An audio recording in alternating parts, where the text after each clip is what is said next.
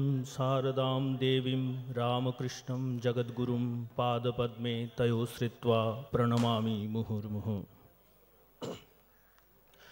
বাঁকুড়া জেলার পূর্ব প্রান্তে জয়রামবাটি গ্রাম আর হুগলি জেলার পশ্চিম প্রান্তে কামারপুকুর। মাত্র ৩.৫ মাইলের ব্যবধান, মধ্যে একটি খালের মতো আঁকাবাঁকা আমোদর নদ। জয়রামবাটি গ্রামখানি খুবই ছোট, তাহার ৩ দিকে মাঠ আর একদিকে ওই ছোট্ট নদী। উর্বর জমিতে নানাবিধ চাষাবাদে গ্রামটি বেশ সচ্ছল ও সমৃদ্ধ। এখানে এক দরিদ্র ব্রাহ্মণ পরিবারে সারদা দেবী জন্মগ্রহণ করেন। দরিদ্র হলেও পিতা রামচন্দ্র মুখোপাধ্যায় ও মাতা শ্যামাসুন্দরী দেবী স্বধর্মনিষ্ঠ, ন্যায়পরায়ণ, তদুপরি ঈশ্বর ভক্ত, অমায়িক, ধর্মভাবে পরিপূর্ণ ও দয়ার আধার ছিলেন বলে সকলেই তাদের শ্রদ্ধা করত ও ভালোবাসত। সাঁঝের আলো জ্বালা হয়েছে, সপ্তমীর চাঁদ এখনও উঠে নাই। পশ্চিম দিগন্তে সন্ধ্যা তারাটি তখনও মিটমিট করে জ্বলছে, যেন কাহাকে বরণ করবার অপেক্ষায়। শঙ্খধ্বনির সহিত উলুধ্বনি উঠিয়া শীতের কুহেলি মাখা নিস্তব্ধ পল্লীটি মুখরিত করে তুলেছে। এমনই শুভ মুহূর্তে পৃথিবীর বুকে হেন পিতামাতার জীর্ণ কুটিরে আজ থেকে ১৭২ বছর আগে ১২৬০ বঙ্গাব্দের ৮ই পৌষ বৃহস্পতিবার সন্ধ্যায় যে কন্যাটি জন্মগ্রহণ করলেন তিনি হলেন আমাদের মা শারদা। আর জয়রামবাটি গ্রাম হল পৃথিবীর এক পুণ্যতীর্থ, যা ভারত আত্মাকে জাগরিত করবে যুগ যুগ ধরে। যখনই কোনো অবতার পুরুষ যুগধর্ম প্রবর্তনে ধরাধামে আসেন, তখন শক্তিও প্রায় নারী বেশে তাহার সঙ্গে আসেন। পূর্ব যুগে শ্রীরামচন্দ্রের সহিত ছায়াসঙ্গিনী সীতাদেবী, শ্রীকৃষ্ণের সহিত শ্রী রাধিকা, বুদ্ধদেবের সহিত ত্যাগমূর্তি যশোধরা, শ্রীচৈতন্যের সহিত অন্তরালবর্তিনী বিষ্ণুপ্রিয়ার আগমনী ইহা প্রমাণ করে। শক্তিকে বাদ দিলে অবতারদের দিব্যলীলা বোঝা আমাদের কাছে প্রায় অসম্ভব। শ্রীমৎ স্বামী শারদানন্দজি মহারাজ তাই লিখছেন, চৈতন্যের সহিত শক্তির নিত্য মিলন সর্বত্র প্রত্যক্ষ করিয়াই বিশেষ বিশেষ শক্তিশালী পদার্থে এবং সমগ্র জগতে ভারতের ঋষিগণ সব শিবার আরাধনা করিয়াছিলেন।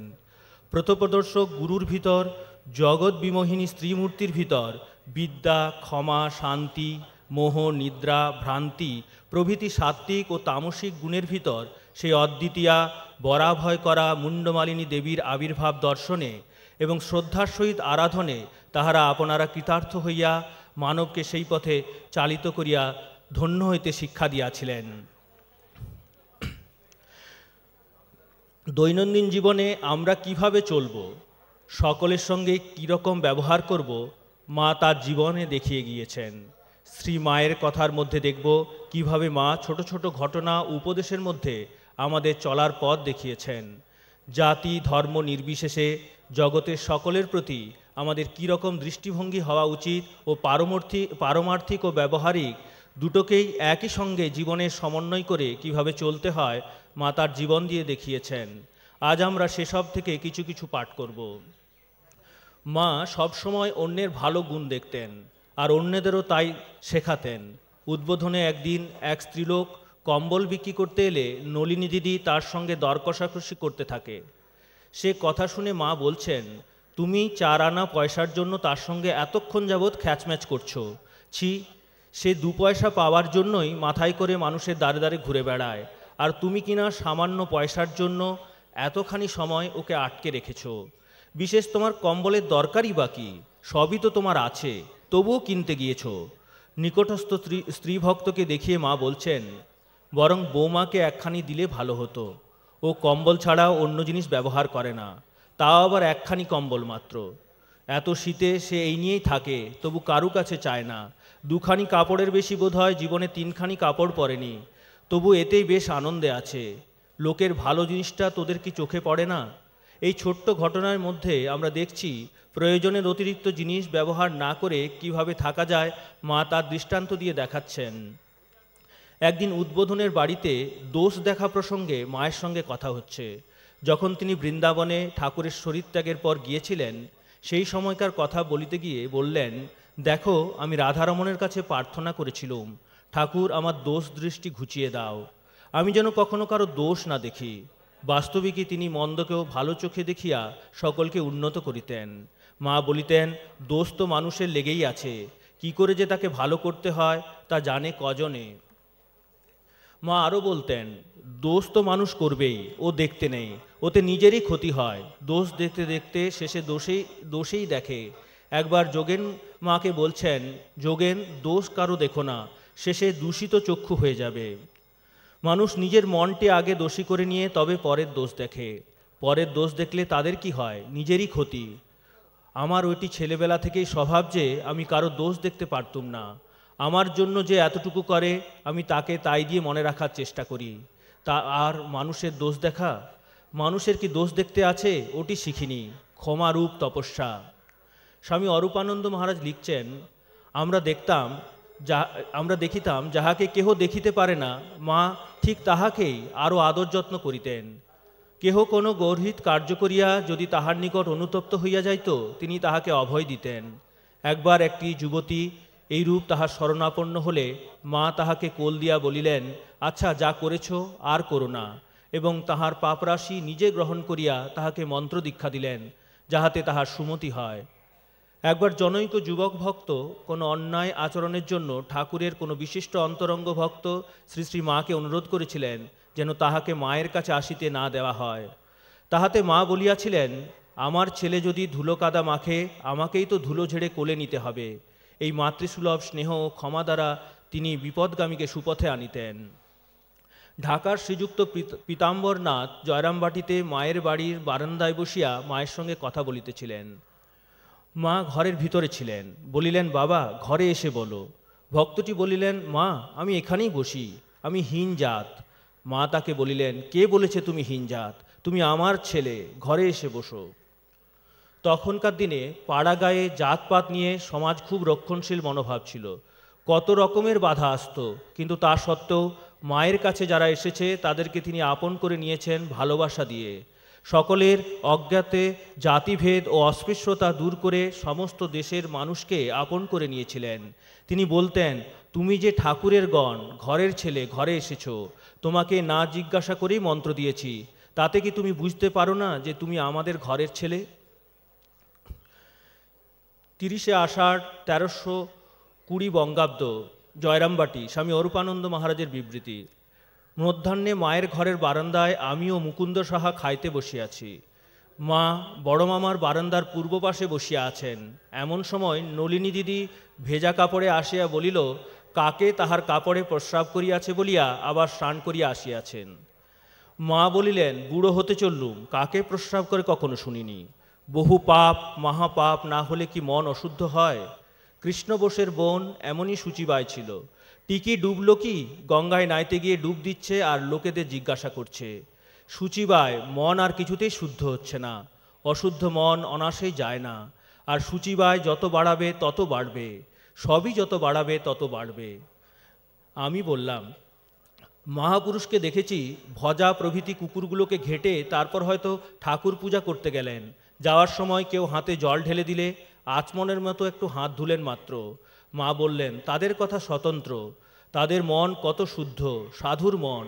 গঙ্গা তীরে যারা বাস করে তারা সব দেবতা। দেবতা না হলে কি গঙ্গা তীরে বাস হয়? আর গঙ্গা স্নানে রোজের পাপ রোজ ক্ষয় হয়। নলিনী দিদি বললেন, গোলাপ দিদি একদিন উদ্বোধনে পায়খানা সাফ করে এসে আবার কাপড় ছেড়েই ঠাকুরের ফল ছাড়াতে গেল। আমি বললাম, ও কি গোলাপ দিদি, গঙ্গায় ডুব দিয়ে এসো। গোলাপ দিদি বলল, তোর ইচ্ছা হলে তুই জানা। মা বললেন, গোলাপের মন কত শুদ্ধ, কত উঁচু মন, তাই ওর অত সূচি অসুচির বিচার নেই। অত সূচিবায়টায় ও ধার ধারে না। ওর এই শেষ জন্ম। তোদের অমন মন হতে আলাদা দেহ দরকার। আর চারক্রোশী গঙ্গা তীর, পবিত্র হাওয়া বয়, হাওয়ারূপী নারায়ণ। বহু তপস্যা করলে এই মন শুদ্ধ হয়। সাধন বিনা শুদ্ধ বস্তু কভু না মিলয়। ভগবান লাভ হলে আর কি হয়? দুটো শিং বেরোয়? না, মন শুদ্ধ হয়। শুদ্ধ মনে জ্ঞান চৈতন্যের লাভ হয়। শ্রী শ্রী মা সবার মধ্যে শ্রী ভগবানের উপস্থিতি অনুভব করে সবাইকে সমানভাবে দেখতেন। একদিন নলিনী দিদির আচরণ প্রসঙ্গে বলতে গিয়ে শ্রীমা বলছেন, সাধন করতে করতে দেখবে আমার মাঝে যিনি, তোমার মাঝেও তিনি, দুলে বাগদি ডমের মাঝেও তিনি, তবে তো মনে দিন ভাব আসবে। ওর নলিনীর কথা কি বলবো মা? জয়রামবাটিতে ডোমেরা বিড়ে পাকিয়ে দিয়েছে, ঘরে দিতে এসেছে। আমি বললাম, ওইখানকে রাখো। তারা কত সাবধান হয়ে রেখে গেল। ও বলে কি না, ওই ছোঁয়া গেল, সব ফেলে দাও, এই বলে তাদের গালাগাল। তোরা ডম হয়ে কোন সাহসে এমন করে রাখতে যাস? তারা তো ভয়ে মরে। আমি তখন বলি, তোদের কিছু হবে না, কোনো ভয় নেই। আবার তাদের মুড়ি খেতে পয়সা দিই। এমন মন ওর, রাত 3টের সময় উঠে আমার ওই উত্তর দিকের বারান্দায় বসে জব করুক না, দেখি কেমন মনে শান্তি না আসে। তা তো করবে না, কেবল অশান্তি অশান্তি। কিসে অশান্তি তোর? আমি তো মা তখন অশান্তি কেমন জানতুম না। এখন এদের জন্যে আর কিক্ষণে ছোট বউ ঘরে এলো, আর তার মেয়েকে মানুষ করতে গেলুম, সেই হতেই যত জ্বালা। শ্রী মা কোনো জিনিস অপচয় পছন্দ করতেন না। একবার বলরাম বসুর বাড়ির চাকর ঠাকুরমা ঠাকুরমা করে ডেকে ঠাকুর ঘরে কতগুলি আতা রেখে গেল। একটি চুবড়িতে আতা ছিল। লোকটি নিচে সাধুদের কাছে গিয়ে চুবড়িটি কি করব জিজ্ঞাসা করায় তারা বললেন, ও আর কি হবে, রাস্তায় ফেলে দে। সে ফেলে দিয়ে চলে যেতেই মা উঠলেন এবং ঠাকুর ঘরে রাস্তার দিকের বারান্দায় গিয়ে আমাকে ডেকে বলছেন, দেখছো কেমন সুন্দর চুবড়িটি? ওরা তখন ফেলে দিতে বলল, ওদের কি, সাধু মানুষ, ওসবে কি আর মায়া আছে? আমার কিন্তু সামান্য জিনিসটা অপচয় করা সয় না। এটি থাকলে তরকারির খোসাও রাখা চলতো। এই বলে চুবড়িটি আনিয়ে ধুয়ে রেখে দিলেন। আরেক দিনের কথা, সেদিন মা 9টা-10টার সময় বসিয়া তেল মাখিতেছিলেন। এমন সময় একজন ঝাঁটা দিয়ে ঝাঁটাটি ছুঁড়ে একদিকে ফেলে রাখলেন। মা তা দেখিয়া বলিতেছেন, ও কি গো, কাজ হয়ে গেল আর অমনি ওটি অশ্রদ্ধা করে ছুঁড়ে দিলে? ছুঁড়ে রাখতেও যতক্ষণ, আস্তে ধীরে রাখতেও তো ততক্ষণ। ছোট জিনিস বলে কি তুচ্ছবোধ করতে আছে? যাকে রাখো সেই রাখে, আবার তো ওটি দরকার হবে। তাছাড়া এ সংসারে ওটিও তো একটি অঙ্গ, সেদিক দিয়েও তো ওর একটা সম্মান আছে। যার যা সম্মান তাকে সেটুকু দিতে হয়। ঝাঁটাটিকেও সম্মান করে রাখতে হয়, সামান্য কাজটিও শ্রদ্ধার সঙ্গে করতে হয়। মা আরও বলছেন, যার যা প্রাপ্য তাকে তা দিতে হয়, কাউকে বঞ্চিত করা উচিত নয়। সেই যে তরকারির খোসাটি, সেও গরুর প্রাপ্য, ওটি গরুর মুখের কাছে ধরতে হয়। মানুষের স্বভাব, সংস্কার ও সহ্যগুণ নিয়ে কথা হচ্ছে। স্বামী অরূপানন্দজি মহারাজের কথায়, উদ্বোধন মায়ের ঘর, 1:30 বাজিয়াছে। দুপুরে খাওয়ার পর উপরে পান আনিতে গিয়াছি, শুনিলাম কাহারও সম্বন্ধে মা বলিতেছেন, স্বভাব ছাড়িতে নারে জীবের দায় দায়, স্বভাব ছাড়িয়া ভজে ভজি তার পায়। আমি বললাম, মা এর মানে কি? মা বললেন, মানুষ স্বভাব ছাড়তে পারে না। চৈতন্যদেব বলেছিলেন, স্বভাব ছেড়ে যে আমার ভজনা করে তাকে আমি ভজনা করি। আমি বললাম, তুমি জয়রামবাটিতে সে যে বলেছিলে স্বভাব বদলালে তো হয়, আর একদিন বললে কারু কারু প্রকৃতিটি এমন যে দেখলেই ভালোবাসতে ইচ্ছা করে, আবার কাউকে দেখলে কীরকম মনে হয়। মা বললেন, ঠিক বলেছ বাবা, তাই তো, স্বভাবেই তো সব, আর কি আছে। এক সময় মা কথা প্রসঙ্গে সহ্যগুণ সম্বন্ধে বলছেন, পৃথিবীর মতো সহ্যগুণ চায়। পৃথিবীর উপর কত রকম অত্যাচার হচ্ছে, অবাধে সব সইছে, মানুষেরও সেই রকম চায়। মা একদিন নবাসনের বউকে বলছেন, ও কি গো, মানুষের মনে আঘাত দিয়ে কথা বলতে আছে? সত্য কথা হলেও অপ্রিয় করে বলতে নেই, শেষে ওইরূপ স্বভাব হয়ে যাবে।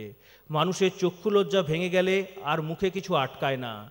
রাধিকে বলছেন, রাধি মিষ্টি কথা বল, রূঢ় কথা বলিসনি, মিষ্টি কথা বল। জয়রামবাটিতে একদিন আহারের সময় কাছে বসে সংস্কার সম্পর্কে স্বামী কৈবল্যানন্দকে মা বলছেন, সংস্কার কি সহজে যায়? ঠাকুরের ঘরে মা কালীর প্রসাদী অন্ন 1 থালা রোজ আসতো, আর তার সঙ্গে ছোট বাটিতে 1 বাটি ঘিও আসতো। ঠাকুর পেটরোগা, অতটা ঘি খেতে পারতেন না। আমাকে বলতেন, ওগো ঘিটা আলগোছে ধরে রাখো না, অতটা ঘি তো খেতে পারবো না। আমার ভাতে ছোঁয়া ঘি তুলে রাখতে সংকোচ হতো, মনে হতো এঁটোটা রাখবো। ঠাকুর মনের কথা বুঝতে পেরে বলতেন, না না গো, ঘি তেল ভাতে ছোঁয়া গেলেও সকরি হয় না, পাত্রান্তর করলেই শুদ্ধ হয়ে যায়। ঠাকুরের কথা শুনে রাখতুম বটে, কিন্তু মন খুঁতখুত করত, এমনই সংস্কার। সকলকে নিয়ে মানিয়ে চলা প্রসঙ্গে একবার কোনো বিষয়ে বৈশেষিক ব্যাপারে বৈকুণ্ঠের সঙ্গে তার দাদার ঝগড়া হয়। তাই সে বাড়ি থেকে অন্যত্র থাকার ইচ্ছায় উদ্বোধনে মায়ের কাছে সে অনুমতি চায়। মা তখন গোলাপ মাকে বললেন, ও গোলাপ শুনছো, বৈকুণ্ঠকে তার দাদা একটা চড় মেরেছে বলে সে এত দূর ছুটে এসেছে। ঘর করলে কি ঝগড়া হয় না? তার জন্য এতটা কেন? বৈকুণ্ঠকে বললেন, যাও বাবা, বাড়ি যাও, ঘর করলে একটু আধটু ঝগড়া হয় বই কি। পাগলি মামি ও নলিনীদির মধ্যে ছিল অহিনুকুল সম্বন্ধ, অতএব দুজনেই মায়ের কাছে থাকতো। দুজনকে মানিয়ে চলানোর বিষয়ে মা বলছেন, যা কিছু করো না কেন সকলকে নিয়ে একটু মান দিয়ে পরামর্শ শুনতে হয় বই কি, একটু আলগা দিয়ে সব দিক দূরে দূরে লক্ষ্য রাখতে হয়, যাতে বেশি কিছু খারাপ না হয়।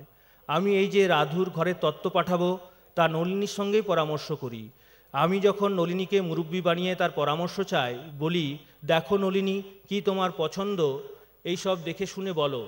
তখন আমি যেসব জিনিসের ফর্দ দিই তাতে সে বলে, ওতে কি করে হবে পিসিমা, ওরা যেমনই ব্যবহার করুক, আর রাধিতা তো একটা পাগল, জ্ঞানগম্যি কিছু নেই, কিন্তু তোমার তো একটা মর্যাদা আছে, তুমি অত ছোট নজর দেখাতে যাবে কেন পিসিমা, তুমি তোমার মতন করে যাও, এই বলে ফর্দ বাড়ায়।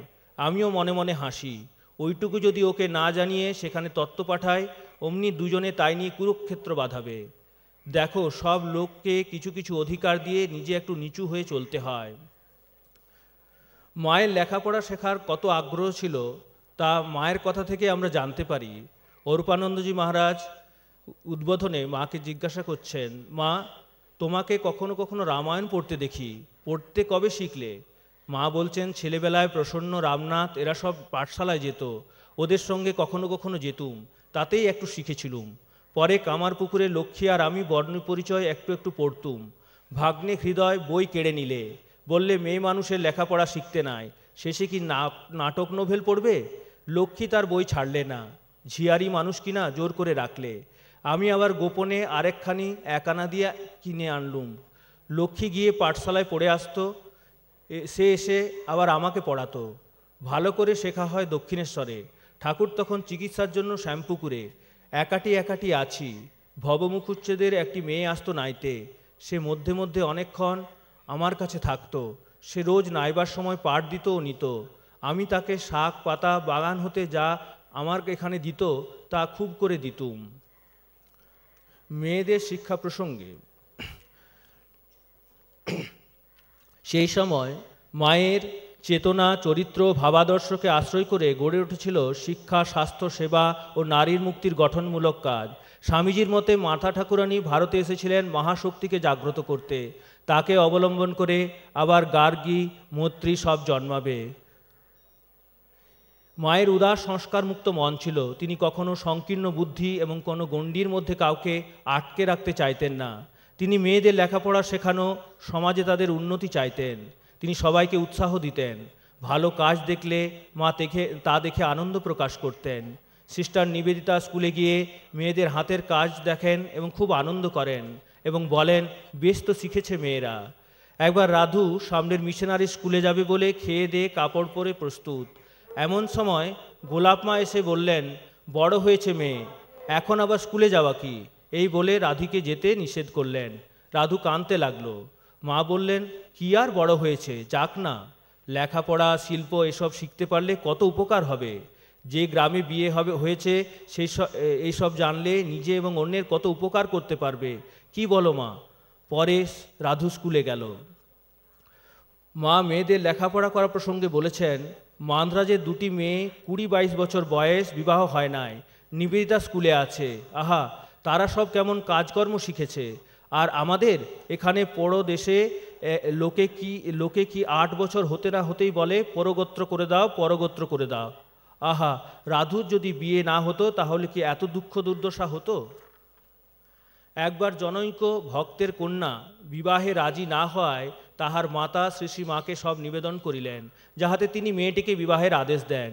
তদুত্তরে মা বলিলেন, সারা জীবন পরের দাসত্ব করা, পরের মন জোগানো, এ কি কম কষ্টের কথা? তারপর এই মর্মে বললেন যে, যদিও অবিবাহিত জীবনে বিপদের সম্ভাবনা আছে, তথাপি যাহার বিবাহে ইচ্ছা নাই তাহাকে বিবাহ দিয়া স্থায়ী ভোগে লিপ্ত করা কিছুতেই উচিত নহে। অন্য এক সময় কোয়ালপাড়া একদিন নিবেদিতা স্কুলে জনৈক ছাত্রী মায়ের কাছে গেলে মা তাহাকে বললেন, দেখো মা, যেখান দিয়ে যাবে তার চতুর্দিকে কি হচ্ছে না হচ্ছে সব দেখে রাখবে। আর যেখানে থাকবে সেখানকারও সব খবরগুলি জানা চায়, কিন্তু কাউকে কিছু বলবে না। আরেকদিন জনৈক ভক্তকন্যাকে শ্রীমা বলছেন, কারো কাছে কিছু চেও না, বাপের কাছেও নয়, স্বামীর কাছেও নয়। লোকের দেওয়া জিনিস কি থাকে গো? ঠাকুর যখন দেবেন তখন রাখবার জায়গা পাবে না। ঠাকুরের দেওয়া জিনিস ফুরোতে জানে না। যে চায় সে পায় না, যে চায় না সে পায়। তুমি কারোর কাছে কিছু চেও না। কর্ম ও কর্মফল নিয়ে বিভিন্ন সময়ে মায়ের সহিত কথাবার্তা। স্বামী অরূপানন্দ মহারাজের বিবৃতি। উদ্বোধন ঠাকুর ঘর। সকালবেলা মায়ের সহিত স্বামী অরূপানন্দ মহারাজের কথা হইতেছে। মা বলছেন, চিরদিন কেউ সুখে থাকবে না, সব জন্ম কারো দুঃখে যাবে না। যেমন কর্ম তেমন ফল, তেমন যোগাযোগ হয়। আমি বললাম, সবই কর্ম থেকে হয়? মা বললেন, কর্ম নয় তো কি? আমি বললাম, এই ভালো মন্দ কর্ম প্রবৃত্তি প্রথম কোথা হতে আসে? এই জন্মে বলবে পূর্বজন্ম থেকে, সেই জন্মে বলবে আবার তার পূর্বজন্ম থেকে। আদি কোথা? মা বলছেন, ঈশ্বরের ইচ্ছা ছাড়া কিছুই হবার সাধ্য নেই, তৃণটিও নড়ে না। যখন জীবের সুসময় আসে তখন ধ্যান চিন্তা আসে, কুসময়ে কুপ্রবৃত্তি কুযোগাযোগ হয়। তার যেমন ইচ্ছা তেমনি কালে সব আসে, তিনি তার ভিতর দিয়ে কার্য করেন। ঠাকুর যেটি করবেন তা ঠিক করা আছে, তবে ঠিক যদি কেউ তার উপর ভার দেন উনি তা ঠিক করে দেবেন। সব সয়ে যেতে হয়, কারণ কর্ম অনুসারে সব যোগাযোগ হয়। আবার কর্মের দ্বারা কর্মের খণ্ডন হয়। আমি বললাম, কর্মের দ্বারা কর্ম খণ্ডন হয়? মা বললেন, তা হবে না। তুমি একটি সৎ কার্য করলে, তাতে তোমার পাপটুকু কেটে গেল। ধ্যান জপ ঈশ্বর চিন্তায় পাপ কাটে। মা একদিন জনৈক মহারাজের কথায় বলতে গিয়ে বলছেন, ওর কাজ করতে ইচ্ছে নেই। কাজ না করলে কি মন ভালো থাকে? 24 ঘন্টা কি ধ্যান চিন্তা করা যায়? তাই কাজ নিয়ে থাকতে হয়, ওতে মন ভালো থাকে। মা এই প্রসঙ্গে আরেকদিন বলেছিলেন, ঈশ্বর বালক স্বভাব কি না?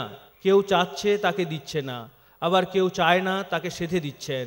হয়তো তার পূর্বজন্মে অনেক এগোনো ছিল, তাই তার উপর কৃপা হয়ে গেল। তখন স্বামী অরূপানন্দ মহারাজ বলছেন, তাহলে কৃপাতেও বিচার আছে? মা বলছেন, তা আছে বই কি। যার যেমন কর্ম করা থাকে, কর্ম শেষ হলেই ভগবানের দর্শন হয়, সেটি শেষ জন্ম। স্বামী অরূপানন্দজি মাকে প্রশ্ন করছেন, মা, কর্মফল কি খণ্ডন হয়? শাস্ত্রে বলে জ্ঞান হলে খণ্ডন হয়, তাও প্রারব্ধ ভোগ করতে হয়। মা বলছেন, কর্ম হতেই সুখ দুঃখ সব, তাকেও কর্মফল ভোগ করতে হয়েছিল। ঠাকুরের বড় ভাই বিকারের সময় জল খাচ্ছিলেন, একটুখানি খেতেই ঠাকুর হাত থেকে গ্লাসটি টেনে নিলেন। তিনি তাতে অসন্তুষ্ট হয়ে বললেন, তুই আমাকে জল খেতে দিলিনি, তুইও অমনি কষ্ট পাবি, তোরও অমনি গলায় যাতনা হবে। ঠাকুর বললেন, দাদা, আমি তো তোমার মন্দ করিনি, তোমার অসুখ, জল খেলে অনিষ্ট হবে, তবে তুমি কেন আমায় এমন শাপ দিলে? তিনি কাঁদতে লাগলেন এবং বললেন, কি জানি ভাই, আমার মুখ থেকে ও কথা বেরিয়ে পড়ল, এ তো অন্যথা হবে না। ঠাকুরের অসুখের সময় আমাকে বললেন, এ তার শাপে গলায় ঘা, তা তোমাদের আর কারো কিছু হবে না, যা ভোগ আমারই হলো।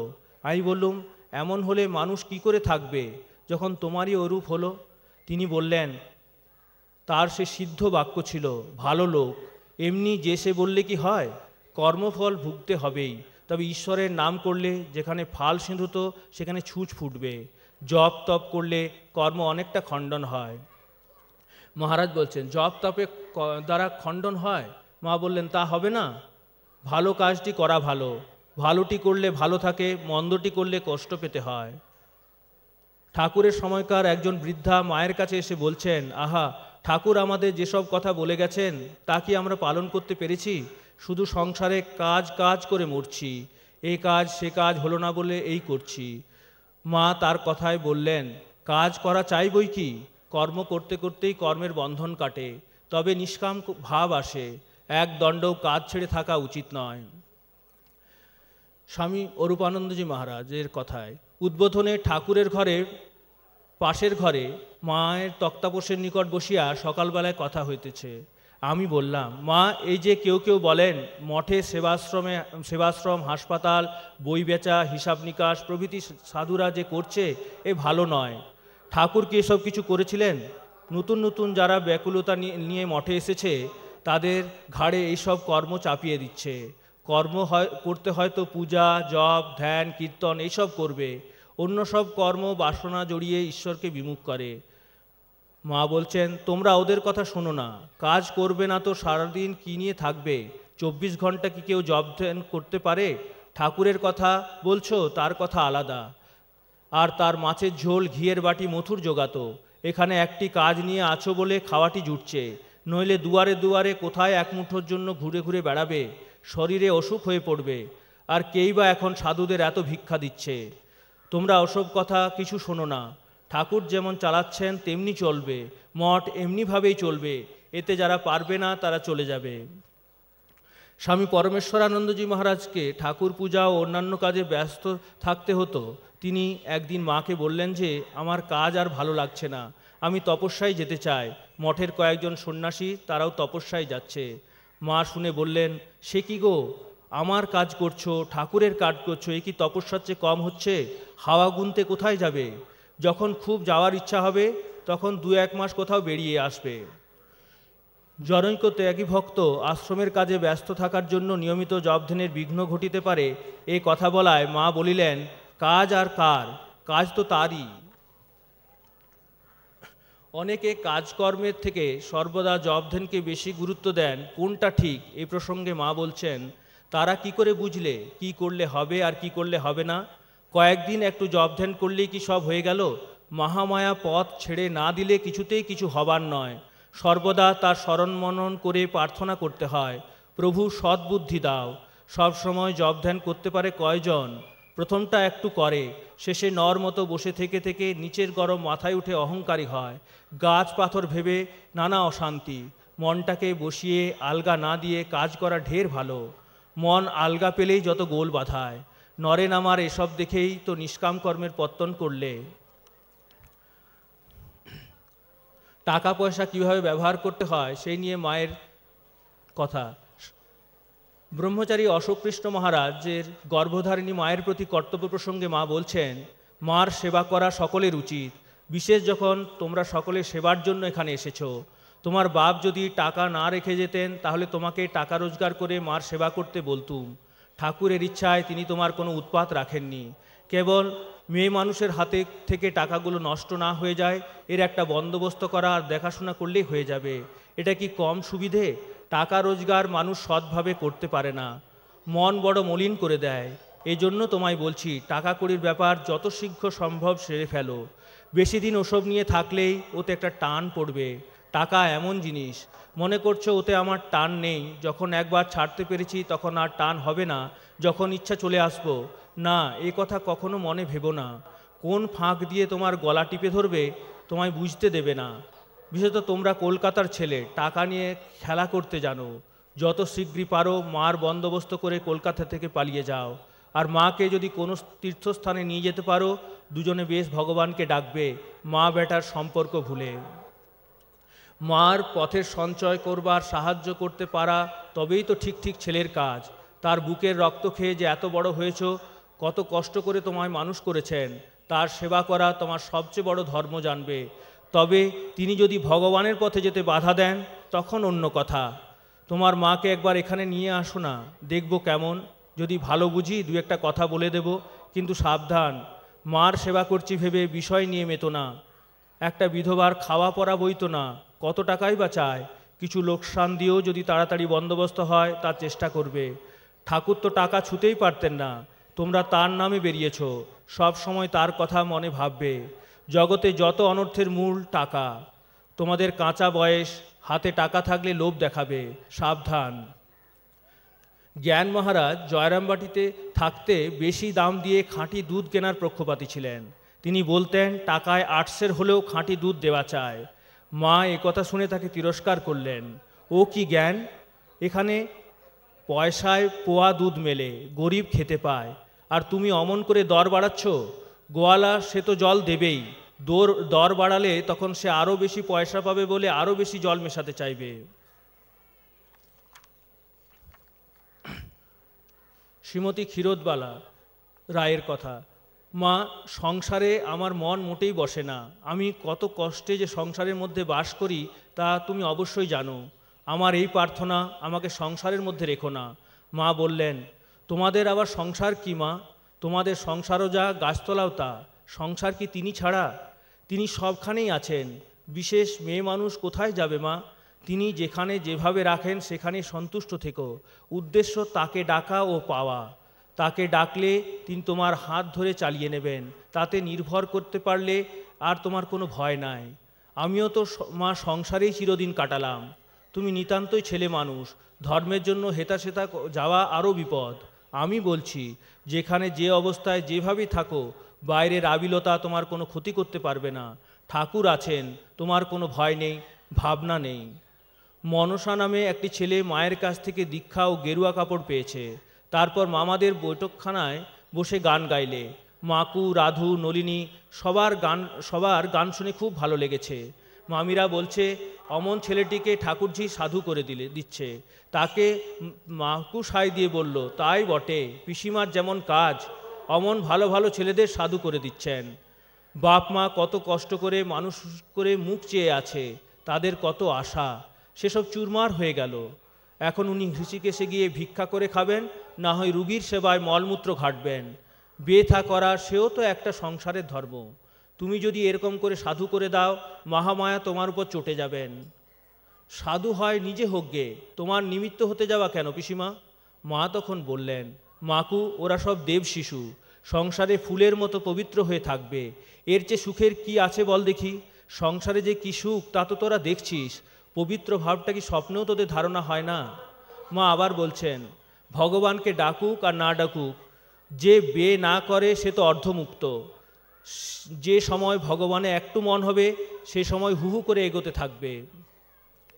একদিন কথা প্রসঙ্গে একজন ভক্ত মাকে বলছেন, মা, সংসারে থেকে কিছু হয় না। মা তদুত্তরে বললেন, বাবা, সংসার মহাদক, দকে পড়লে ওঠা মুশকিল। ব্রহ্মা বিষ্ণু খাবি খান, মানুষ কন ছাড়। তার নাম করবে, নাম করতে করতে তিনিই একদিন কাটিয়ে দেবেন। তিনি না কাটালে কি আর উদ্ধার হওয়া যায় বাবা? তাকে খুব বিশ্বাস করবে। সংসারে যেমন মা বাপ ছেলেদের আশ্রয়স্থল, তেমনি ঠাকুরকে জ্ঞান করবে। নবাসনের বউ মাকে বলছেন, মা, আপনার তো সব ছেলেই সমান। যে বিয়ে করার মতামত চেয়েছে তাকে আপনি অনুমতি দিচ্ছেন, আবার যে সংসার ত্যাগ করতে চায় তাকে সেই মতো ত্যাগের প্রশংসা করে উপদেশ দিচ্ছেন। আপনার তো উচিত যেটি ভালো সেই পথেই সকলকে নিয়ে যাওয়া। মা বলিতেছেন, যার ভোগ বাসনা প্রবল, আমি নিষেধ করলে কি সে শুনবে? আর যে বহু সুকৃতি বলে এইসব মায়ার খেলা বুঝতে পেরে তাকেই একমাত্র সার ভেবেছে, তাকে একটু সাহায্য করব না? সংসারে দুঃখের কি অন্ত আছে? আহার আদি সম্বন্ধে মায়ের উক্তি। জয়রামবাটির মায়ের পুরাতন বাটিতে সুরেন্দ্রনাথ ভৌমিক ও ডাক্তার দুর্গাপদ ঘোষ এসেছে। বিকালবেলা মায়ের সঙ্গে কথা হচ্ছে। দুর্গাবাবু, মা, আহার আদি সম্বন্ধে কীরকম নিয়ম পালন করে চলতে হবে বুঝতে পারি নে। মা বললেন, আহার আদি সম্বন্ধে ঠাকুর একটি নিয়ম বেশি মানতেন। প্রথম শ্রাদ্ধের অন্নটা খেতে সব ভক্তদের নিষেধ করতেন, বলতেন ওতে ভক্তির হানি হয়, তাছাড়া তাকে মনে করে খাবে দাবে। দুর্গাবাবু বলছেন, মা, হাসপাতালের কাজকর্ম করতে অনেক সময় হয়তো পিপাসায় যেখানে সেখানে যাত্রার হাতে জল খেতে হয়, খেয়েও থাকি, তার কি হবে মা? মা বলছেন, তার কি করবে, কাজের জন্য করতে হয়, ঠাকুরকে স্মরণ করে খাবে, কাজের জন্য ওতে দোষ হবে না। যাদের কাজকর্ম করতে হয় তাদের অত মেনে চলা কি হয়? সুরেনবাবু বলছেন, এই তো মা, সংসারে 10 জন নিয়ে বাস, রান্না হতে হতে হয়তো 2 জন অগ্রভাগ খেয়ে গেছে, তারপর সেই অন্ন এলো, তার নিবেদন করতেও দ্বিধা লাগে। মা বলছেন, তার সংসারে ওই রকম হবেই, আমাদেরও হয়। একজন হয়তো রোগা, তার জন্য আগে একটু উঠিয়ে রাখতে হলো, তা খাবার এলে তিনি খেতে দিলেন মনে করে তাকে স্মরণ করে খাবে, দোষ হবে না। শ্যামবাজারের ললিত ডাক্তার ও প্রবোধবাবু আসিয়াছেন। বৈকাল 4টার সময় তাহারা শ্রী শ্রীমাকে প্রণাম করিতে গিয়া কথাবার্তা বলিতেছেন। ললিতবাবু বলিতেছেন, মা, খাওয়া দাওয়া কীরকম নিয়ম পালন করা উচিত? মা বলছেন, আদ্যসাধ্যের অন্ন খেতে নেই, ভক্তির বড় হানি হয়, বরং অন্য সাধ্যের অন্ন খাবে, তবু আদ্যসাধ্যের নয়, ঠাকুর নিষেধ করতেন। আর যা কিছু খাবে ভগবানকে দিয়ে খাবে, অপ্রসাদী অন্ন খেতে নেই। যেমন অন্ন খাবে তেমন রক্ত হবে, শুদ্ধ অন্ন খেলে শুদ্ধ রক্ত হয়, শুদ্ধ মন হয়, বল হয়, শুদ্ধ মনে শুদ্ধা ভক্তি হয়, প্রেম হয়। ললিতবাবু বলছেন, মা, আমরা তো গৃহী, আত্মীয় স্বজনের শ্রাদ্ধে কি করব? মা বলছেন, শ্রাদ্ধে গিয়ে কাজকর্ম দেখবে, খাটবে, যেন তারা মনে কিছু না করতে পারে। কিন্তু সে দিনটা কোনো রকম খাওয়াটা এড়াতে চেষ্টা করবে। নেহাত না পারলে শ্রাদ্ধে বিষ্ণু বা দেবতাদিগকে যা নিবেদন করা হয় তা গ্রহণ করবে। প্রসাদী হলে আদ্যসাধ্যের অন্ন ভক্তরা খেতে পারে। আহার সম্বন্ধে মা বলছেন, যখনই যা কিছু আহার করবে তা ভগবানে নিবেদন করে প্রসাদ রূপে গ্রহণ করবে, তাহলে রক্ত শুদ্ধ হবে, রক্ত শুদ্ধ হলে মন শুদ্ধ হবে। ঠাকুর সেবা সম্বন্ধে মা বলছেন, শ্রী শ্রী মা ঠাকুর সেবা ও পূজা যাহাতে নিখুঁতভাবে ও নিষ্ঠার সঙ্গে আমরা করতে পারি এবং কোনো ভুল ত্রুটি না হয় সেদিকে লক্ষ্য রাখতে বলতেন। মা বলছেন, চন্দনে যেন খিঁচ না থাকে, ফুল বিল্লপত্র যেন পোকায় কাটা না হয়, পুজো বা পূজার কাজের সময় নিজের কোনো অঙ্গে, চুলে বা কাপড়ে হাত যেন না লাগে, একান্ত যত্নের সঙ্গে সবই করা চায়, আর ভোগরাগ যেন সব ঠিক সময়ে হয়। একজন ভক্ত মাকে জিজ্ঞাসা করছিলেন, অনেকে তো শিব পূজা করে, আমরাও শিব পূজা করতে পারি কি না? মা তদুত্তরে বলছিলেন, আমি যে মন্ত্র দিয়েছি তাতেই সব, দুর্গা পূজা, কালী পূজা, ওই একই মন্ত্রেই হয়। তবে কারো ইচ্ছা হলে শিখে নিতে পারে। তোমাদের ওসবের দরকার নেই, ওসব করলেই বড় হাঙ্গামা বাড়ানো। পূজা পদ্ধতি অত দরকার নেই, ইষ্টমন্ত্রে সব কাজ হয়। আজকের দিনে মায়ের জীবন আমাদের কাছে আদর্শ, কারণ তার সমস্ত জীবনের মধ্যে রয়েছে শিক্ষা। তার জীবন ও বাণীর মধ্যে পাওয়া যায় মানুষের হারিয়ে যাওয়া সামাজিক কর্তব্য ও মূল্যবোধের শিক্ষা, আধ্যাত্মিক পথের শিক্ষা, ভালোবাসার শিক্ষা, উদারতার শিক্ষা, সকলকে আপন করে নেওয়ার শিক্ষা, সহ্যের, ত্যাগের, ক্ষমার, আত্মপ্রত্যয়ের, সর্বোপরি সকল অবস্থায় অবিচলিত থাকার শিক্ষা। তাই সমস্ত কাজের মধ্যে মায়ের কথা অবলম্বন করে চললে আমাদের বেচালে পা পড়বে না। মা যেন আমাদেরকে তার পাদপদ্মে স্থান দেন, এই আমাদের প্রার্থনা। ওম শান্তি শান্তি শান্তি। হরি ওম তৎসৎ। শ্রীরামকৃষ্ণার্পণমস্তু।